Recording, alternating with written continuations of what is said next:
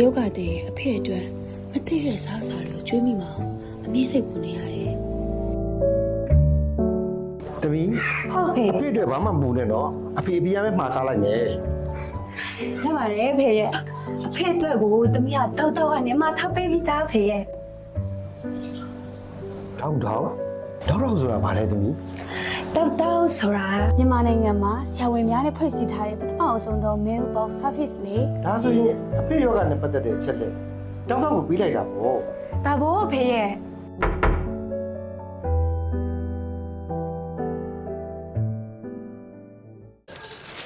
ဒန်ရောက်လာပါပြီဖေဒါသူကလေမီနူးပါတခါရေးထားပေးတာဖေဘာမှမစားစရာအကြောင်းလည်းမရှိဘူးသူက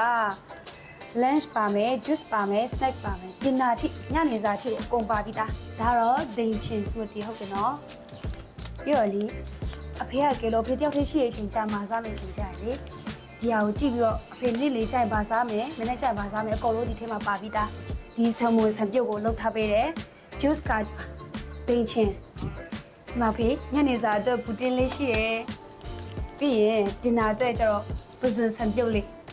အကယ်လို့ဖေကဒီနှစ်ခုစလုံးကိုဆံပြုတ်ပြီးပဲစားနေရအဖေကညီးငွေလာမှာကွာအဲ့ကြရင်အဖေဒါလေးတောက်လို့ရတယ်သူကအာဟာရရေဒီထဲမှာသူကသမင်းရေအသားဓာတ်ရေစီရေရိုးမှကြိတ်ထားတာခုလို့စေဒီတို့ဒါလေးရင်စားမယ်ဆံမဆံပြုတ်လေးရင်စားမယ်နော်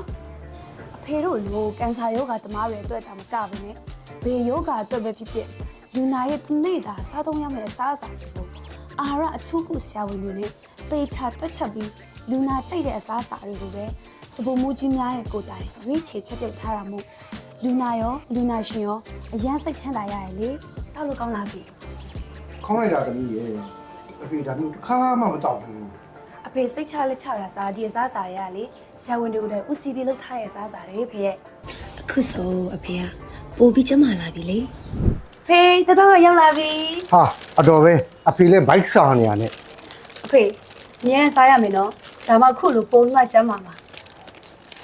ကိုယ့်ရဲ့မိဘတွေကိုချစ်ခင်ရတဲ့သူတွေကိုအသက်ရှည်ကျန်းမာစေချင်တာကျွန်တော်အားလုံးရဲ့ဆန္ဒပါအခုကြည့်ရှုနေတဲ့သူတွေလည်းစိတ်ချမ်းသာရအောင်လို့ဒေါက်တာမင်းစားဘက်ကနေပြီးတော့အစားအစာတွေမှာပြီးတော့ရောက်နိုင်တဲ့အကြောင်းကိုသင်ကောင်းပါလိုက်ပါတယ်ခင်ဗျာ